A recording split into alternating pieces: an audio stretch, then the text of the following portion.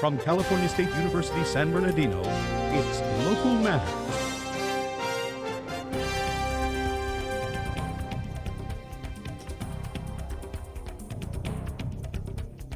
Graver Olive House and Gaming. Hello, I'm Dominic Indolino, and welcome to Local Matters, featuring stories from across the Inland Empire. And I'm Alice Gamez.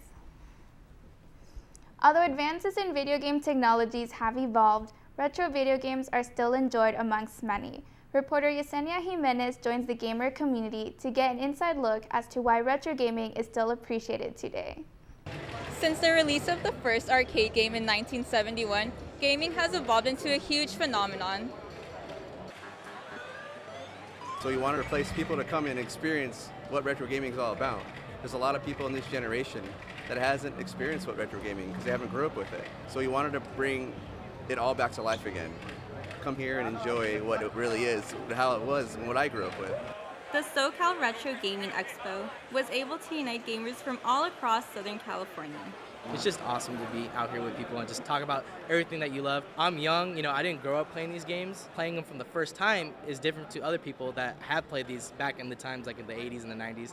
I'm seeing these for the first time, and it's just a great experience. Today's gaming is a lot different from the way it was. Nowadays, everything's online with wireless headsets and stuff like that, and so there's no physical interaction with gamers anymore. It's just straight up online, and I think that was part of the main reason why retro gaming was so fun, because you're able to play with your friends, you're able to go to people's houses and have a good time, but it's not like that anymore. But why is it that retro gaming is still so popular? Retro gaming it's just something unique about it. It still holds today. Nostalgia, it's stuck with you forever. People go back and they try to get what they've had as kids to remember their childhood. Although time passes by and technology advances, retro gaming remains unharmed within the gamer community.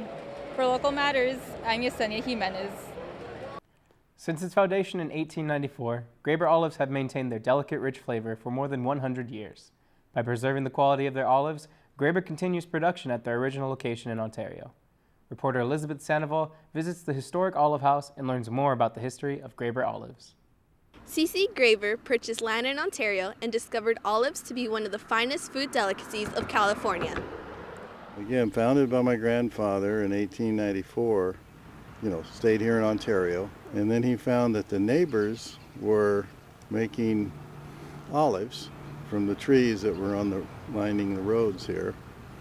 And he started making his recipe. They told him how to do it, but then he made his own recipe. In 1894, he started selling the olives fresh from a wagon going around to different markets. Murals were done by a local artist with pieces of tile, and they're really cool. The museum is a collection of history and olive history, and the first grater that we had to grate olives that my grandfather constructed.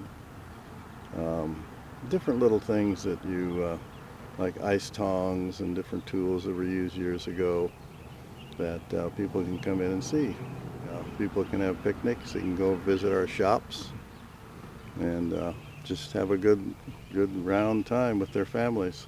The Graver Olive House is Ontario's oldest existing business and remains family-owned. With its comfortable vibe and unique tasting olives, the house is definitely a place to check out.